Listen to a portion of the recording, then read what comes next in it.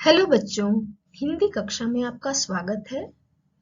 आज हम हिंदी व्याकरण पढ़ेंगे और इसमें हम अनेकार्थी शब्द पढ़ेंगे कि अनेकार्थी शब्द क्या होता है।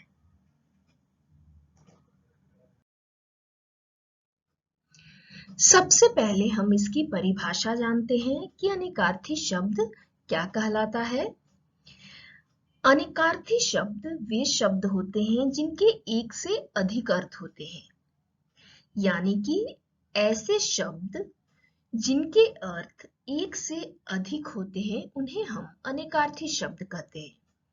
भिन्न भिन्न परिस्थितियों के अनुसार ये शब्द भिन्न भिन्न अर्थ देते हैं। जैसे हार। हार एक शब्द है, इसके दो अर्थ हैं। इस वाक्य के द्वारा आप इन दोनों अर्थों को समझ पाएंगे। देखिए, पहला वाक्य है वह प्रतियोगिता में हार गया। तो यहाँ पे हार शब्द का क्या अर्थ है? यहाँ पर हार शब्द का अर्थ है पराजय। वह प्रतियोगिता में हार गया यानी कि उसकी पराजय हो गई। दूसरा वाक्य देखिए, उसका हार बहुत सुंदर है। यहाँ पे हार क्या है? यहाँ पर हार गले का हार है। तो इस तरह से हार शब्द के कितने अर्थ हैं? दो अर्थ हैं। अगला शब्द देखिए, आम। आम के भी दो अर्थ होते हैं। एक अर्थ होता है साधारण, आम लो, और दूसरा अर्थ क्या है? आम का फल।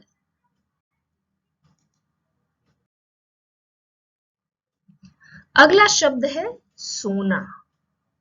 सोना के भी दो अर्थ हैं।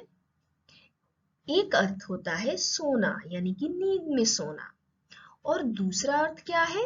दूसरा अर्थ है सोना यानी कि एक धातु। तो इस तरह से आप देख रहे हैं कि सोना शब्द के भी दो अर्थ हैं। अगला शब्द है जल। जल के भी दो अर्थ हैं।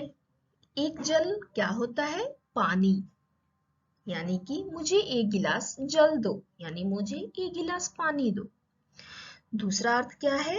जल यानी कि जल जाना, मेरा हाथ जल गया। तो आप देख रहे हैं कि जल शब्द के भी दो अर्थ हैं।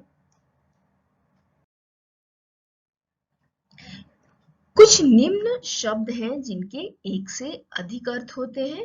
उन शब्दों को देखते हैं। पहला शब्द है अक्षर। अक्षर का अर्थ होता है वर्ण, शिव, ब्रह्मा, मोक्ष, सत्य, स्वर और व्यंजन। अगला शब्द उत्तर।